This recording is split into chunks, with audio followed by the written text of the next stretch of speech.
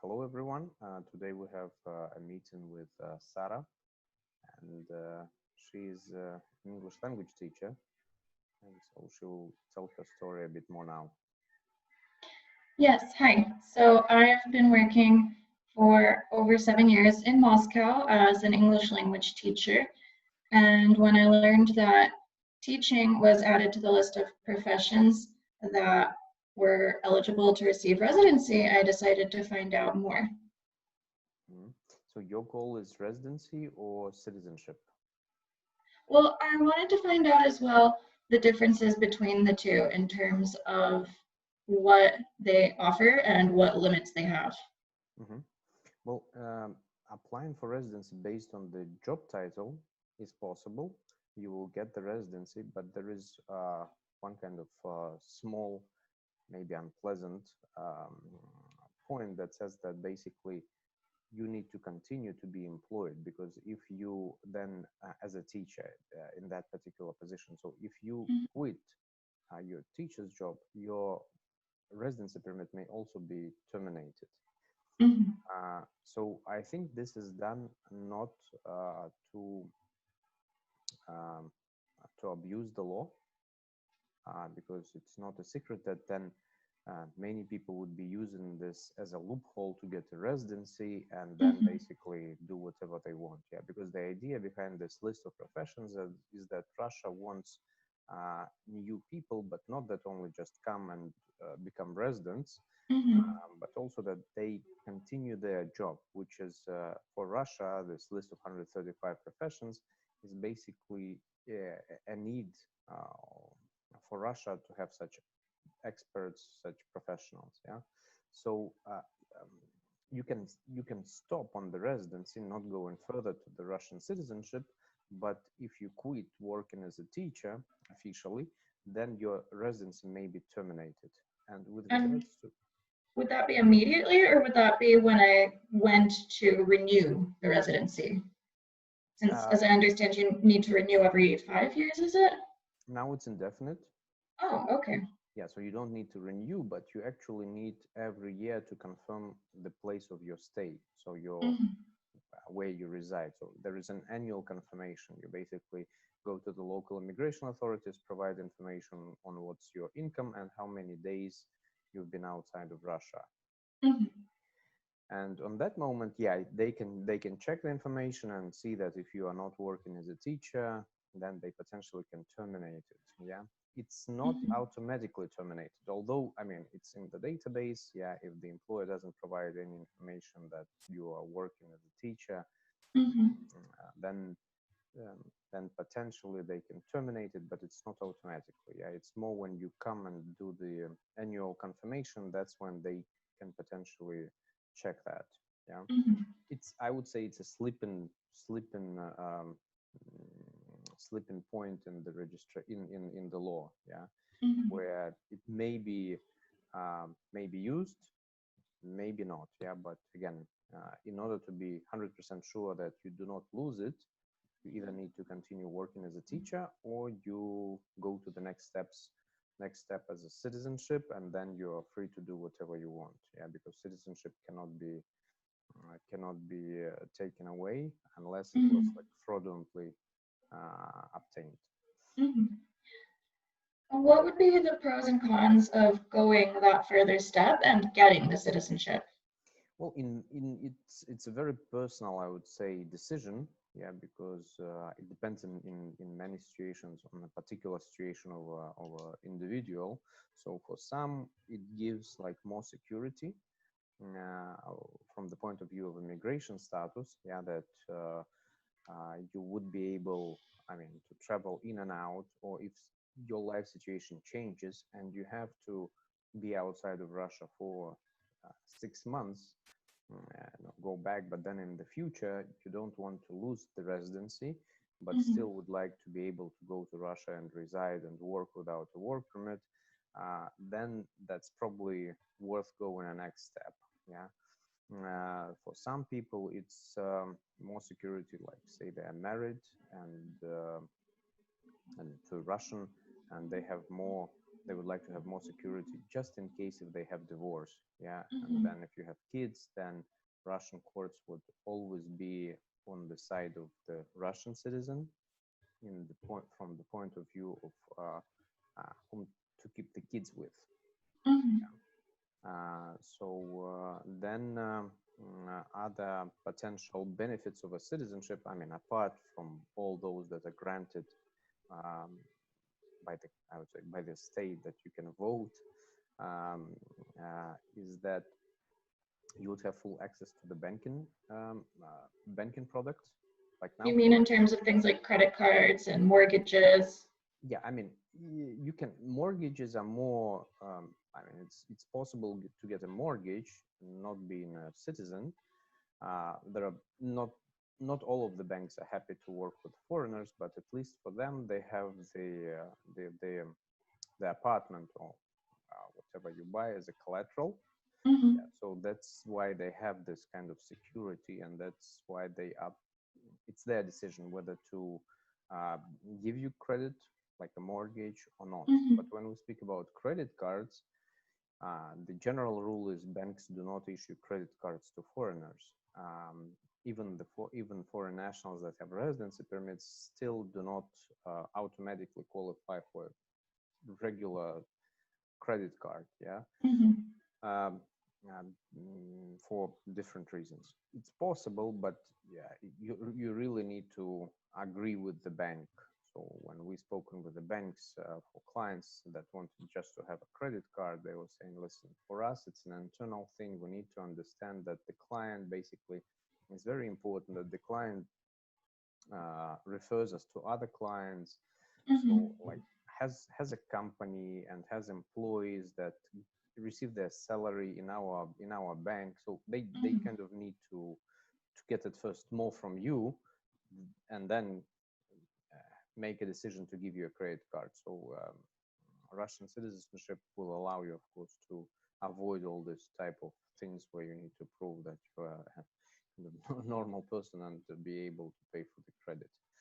Um, there are probably then obviously if at any given moment you would like to buy land, agricultural land, yeah, and do some farming, um, then it's not possible on a residency permit. But as a Russian citizen, even keeping your other citizenship, you can buy agricultural land. Yeah, you can buy on a residency or just being a foreigner. You can buy other land, but not agricultural. Yeah, you can buy Mhm. land, build a house there. That's possible, but agricultural land, no, you cannot. We actually do not have like a full pros and cons of a citizenship against a residency. Maybe it's a good idea to sit down and basically outline all those pros and cons. Mhm. But yeah, this is what comes to my mind right now. Well, what would be some of the cons, the drawbacks of getting the citizenship? Um, I would say that if you compare with residency, the citizenship, there is not, again, doesn't come to my mind many of the cons, Mhm. um, especially now that Russia would would not require you to give up your uh, current citizenship. Yeah, because Mhm. before, if you get a Russian citizenship, you formally need to give up your um, current one. And although you don't lose it in practice, you still keep it. Yeah, but there is this formal process. But Mhm. um, the legal side of things is that before this law comes into force, which will be in July. Yeah, if you become Russian citizen but still kept your other citizenship, for Russia you will be treated only as Russian. Yeah, you Mhm. basically, in case of any conflict of interest, you cannot go to Russian authorities and say, listen, no, I am U.S. citizen. They will say, listen, you went to the notary, you gave consent that you're not longer be willing to be the citizen of another country. So we treat you as Russian citizen. Now, Mhm. when they allow keeping legally your other citizenship, this means that they basically say, yeah, we understand that you are a citizen of another country as well. Yeah. Uh, Having said that, Russian citizenship won't be limited. Yeah. From the Russian side, I think they will not be treating you differently as if you Mhm. were just Russian without other citizenship. So I am not seeing any like obvious cons to that, because when we speak about like taxation and currency control regulation and currency control rules, um, if you are a permanent resident or if you are a citizen, the taxation and currency control regulations are same. Yeah, so Okay. you need to report on your foreign assets. You need to report your taxation, but I mean, taxation is again is treated absolutely differently in a sense of like if you spend 183 days in Russia, you are considered to be a Russian tax resident. Yeah, and Mhm. then each particular tax on your income is treated depending on the double tax treaty with Russia and the country of your current citizenship. Mhm. So again, I cannot right away say what are the cons to Russian citizenship. Yeah, and now in the times of pandemic, many people are asking, okay, I have a highly qualified specialist visa, like this 3-year visa, which is a great I would say status, Mhm. or somebody had temporary residency permit. Now during the pandemic we saw that yeah, they are not that great from the point of view if the borders are closed. Yeah, Right.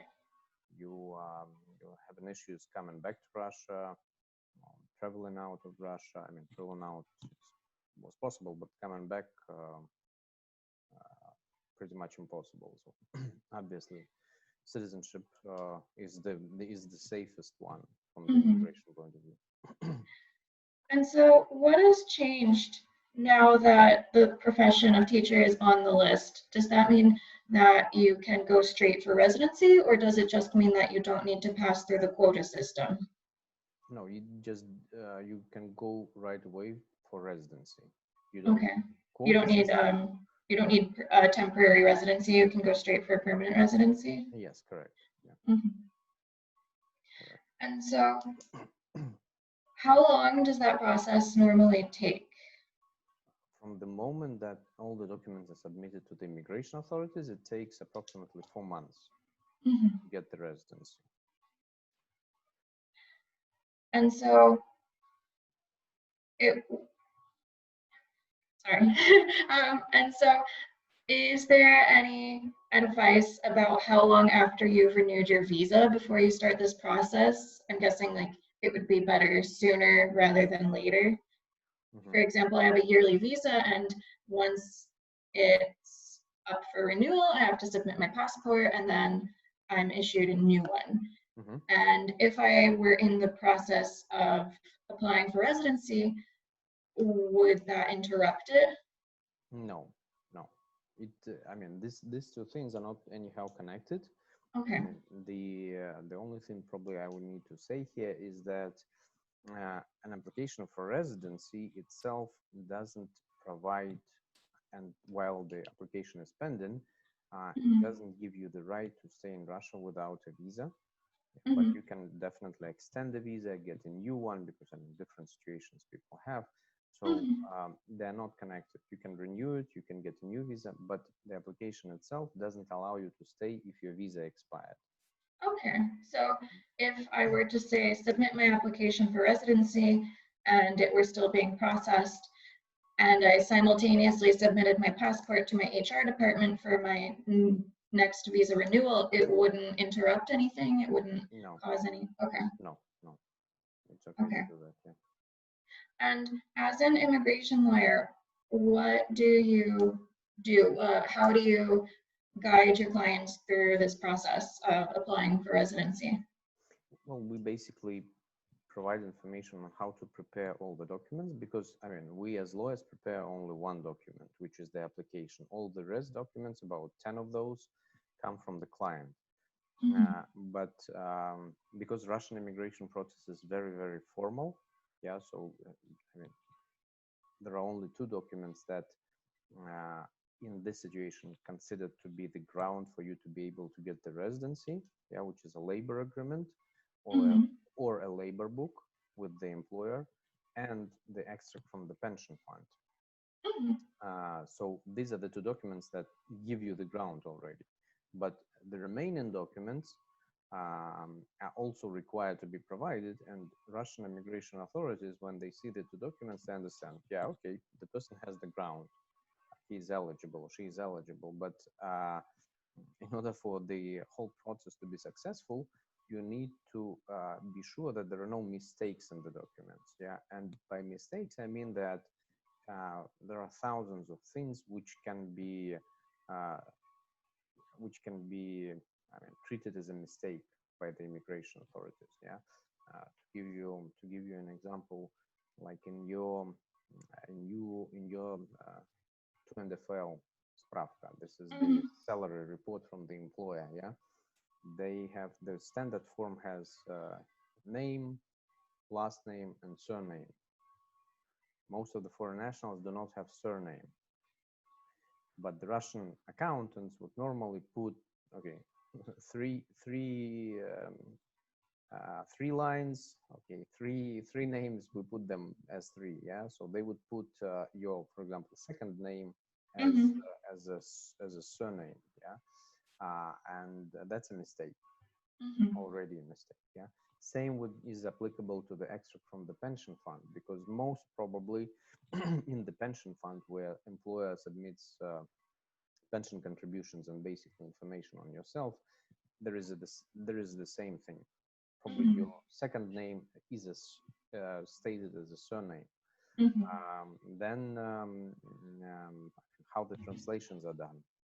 Yeah, then you would need a police clearance check from the home country, and the way this document is translated is important. The way the passport is translated is important. There are many things that just formally, very formally, need to be in line with the requirements of the immigration authorities. And of course, pretty much, I mean, many of the documents have expiration, they have validity. So this 12 spravka is only 1 month valid, yeah. So yeah, and you submit the documents to the immigration, and they basically come and say, listen, you need to change this, or you need to provide us different form or anything like that. And then while you do this, and especially now during pandemic, yeah, when you will unable to get the documents fast enough, yeah, because the authorities were closed, some of the documents expire, yeah, and you need to get those as well. Or like the medical certificates, they also they have the validity of 3 months. The police clearance has a validity of 3 months as well. So it's important to, like, we as lawyers, it's important for us to prepare the package of documents so that there is, to ensure that there is as little possibilities for the immigration authorities to say, listen, you need to change this, or you need to change that. And then we basically fill out the application form on the basis of information and documents that you provide. Then we make an appointment. Currently, there are two possibilities to make an appointment available. One is online, where basically you register your like personal page with the immigration authorities, and you upload all your documents. And then, well, it's again, there are certain pros and cons to that, yeah. Because the other way is to go to Sakharova immigration office in person and make an appointment. So the difference would be the following: when you go in person, you don't actually need to provide all the documents, or they like your application form doesn't need to be like ideal, yeah. You don't need to bring like photo, you don't need to bring payment of the state duty, yeah. They very lightly go through the documents. Yeah. The good thing about this is that you will be able to get an appointment, and you have the several days between the day you came there to the actual appointment submission date to make your documents perfect, yeah. The bad thing probably is that they go through the documents not very thoroughly. They just look that the documents are there and that they are not expired. Yeah. So like there could be some mistakes and they don't catch them at that time and then later it becomes a problem? Yes, exactly. With the system, electronic system, they make a very thorough check on each point of the documents, on validity, on the way you filled out the application. Um, and from one point of view, it's good because they do this like very thorough check. But from the other point of view, it's not very good because you upload it once. They came back with, they say, okay, in the application form, we don't like this sentence. We don't like this letter, this comma. They return it to you. You change it right away. I mean, 5 minutes. You upload it again, and it hits a different inspector. And this inspector says, I don't like this letter in oh my goodness. And you can do this, I don't know, 5 times. Yeah. And because it hits all the time different inspector, yeah, it can be different, this type of requirements, where we know that when we come to the immigration office already for submission, and a particular inspector finds, as he believes or she believes, like this has to be corrected because there are no like 100% rules how you do the application form. Yeah, they may say, okay, I don't like this, so change it. But another inspector will say, no, everything is okay. Yeah, I don't see any issues with that. So there is a bit of shift of what is possible to be written in the application form. So we know that during the date of submission, if the documents are okay, yeah, the supporting documents to the application, they are okay, but they say, okay, we don't like something in this application. Yeah, we have the flash, I mean the USB, and we ask the inspectors to allow us to change this if there is if there are minor things, and they have the printing machine there, so basically you change it very fast, print it out, and you successfully submit. Whereby when you do it electronically, you don't have the opportunity to talk to them. You upload it, it comes back the reply, you cannot comment on anything, you cannot write to the support and say, listen, I mean, this is not that big of an issue. I have been, you can't reason with them. Yeah, or I've been submitting 5 times, and every time it comes a different reply, and it's just ongoing. Yeah, and this is a bit of annoying because you cannot also influence on how fast they will reply. Maybe they will reply in 3 days, maybe they reply in 7 days, and this thing is a bit annoying. You know that you could change this application right there, but you are still stuck on the point where you need to make only the appointment. Yeah, but while you are doing all this back and forth writing, some of the documents expire. Yeah, so this is these are the pros and cons of this thing. But when you did it like, I don't know, 5 times and it hit, because it's 2-stage, yeah, basically the immigration specialist there, part of the people there are from My Documents, and they actually don't make a decision. Their job is to find a particular mistake and refuse you. Yeah, but if you pass them, then the package gets to the immigration people, yeah, who are like the superior authority. They make a decision whether the application could be accepted or not. So if you were able to go all the way electronically, the immigration officials, and they reply, okay, everything okay, this is a very high probability that once they make you the application date, yeah, and you go there, your documents are like checked, and it's 99% guaranteed that you probably will be successfully submitted, which is a good thing, because with the variant where you go and in person make an appointment, then you go to submit the application and they find mistakes, for example, in the documents, not in the application, and those mistakes cannot be changed on spot, then you'll need to come back again, do the appointment again. Yeah, okay, you do that, you exit from the immigration center, go to the exit where they make the application, where they make the appointments, and make an appointment for next day, for example. But still, it's a bit, of course, annoying. So there are pros and cons in two systems, and the first system where I could make an application in person was closed due to pandemic. It's opened as of 15th of June. Yesterday they announced that now you can do it in person. You can go and make the appointment date in person. It's good that you have two variants, yeah, because like we have a client that we've been trying to make this application online, appointment online, for a month. Every time they this word is different, this change this, change this, change that. And I know that if we were able to make an appointment in person, we would make the appointment, we'll go there, and we would be pretty much be able to successfully file. So it's good now that they have two options, yeah, because I mean, both options are okay. I would suggest whoever files at first to do it electronically, because they at least will do this preliminary, pretty good quality check. Yeah?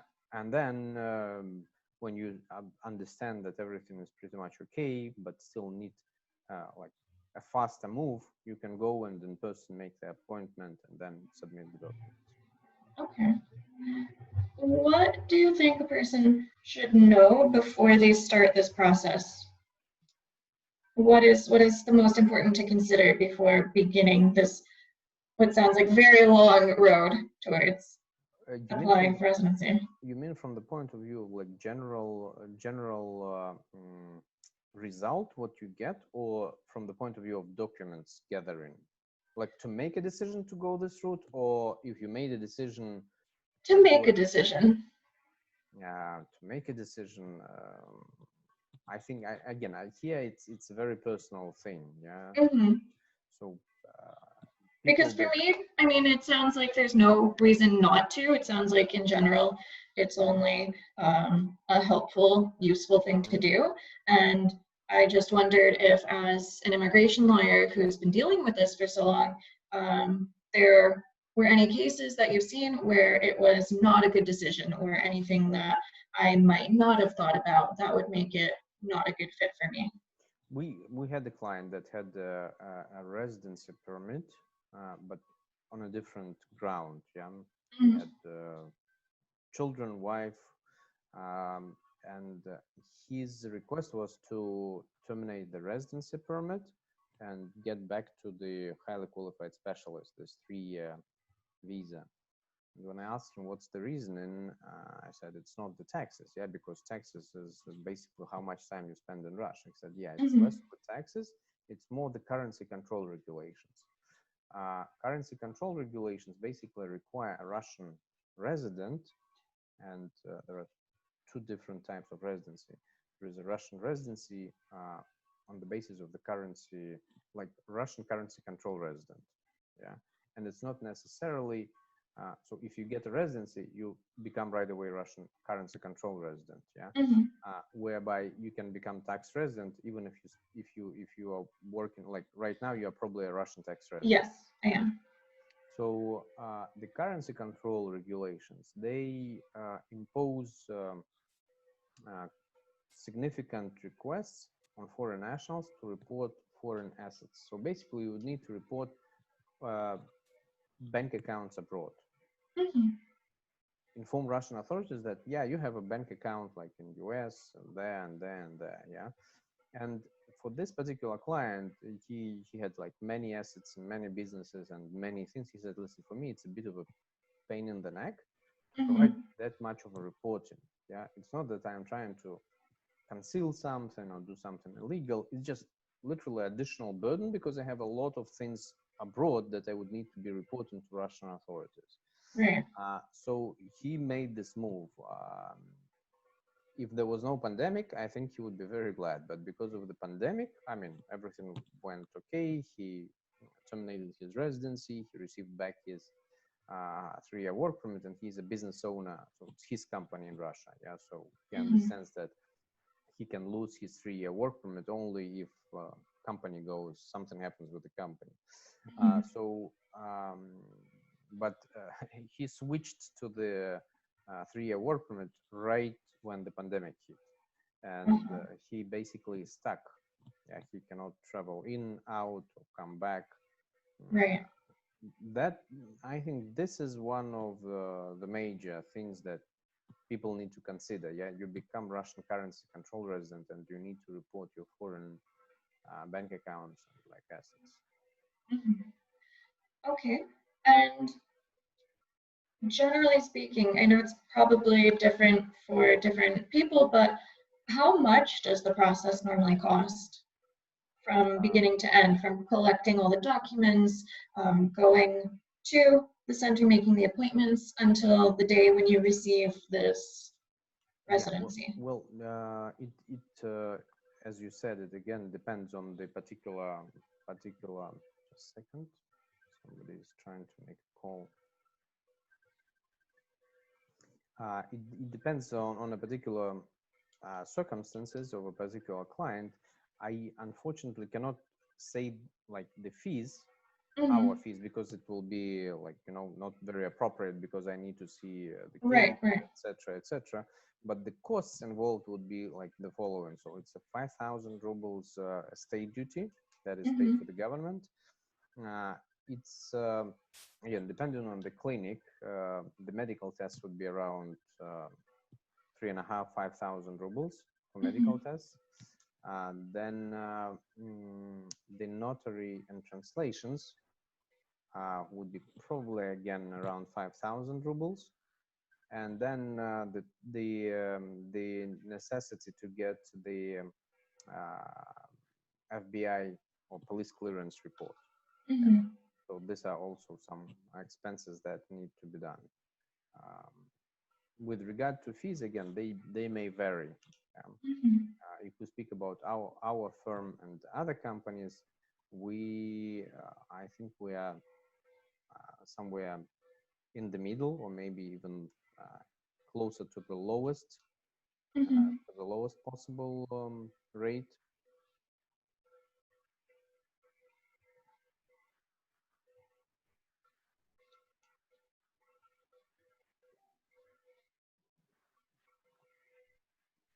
Sorry. And would we be able to discuss later after the interview rates, depending on my personal situation? Yeah, sure, of course. Okay. And I think that's all of the questions that I had. Thank you for all of this information. It's been really helpful, and you explained everything really clearly. So now I have a much better picture than I did before about residency and about this process. Yeah, okay. Thank you very much for agreeing to have this interview.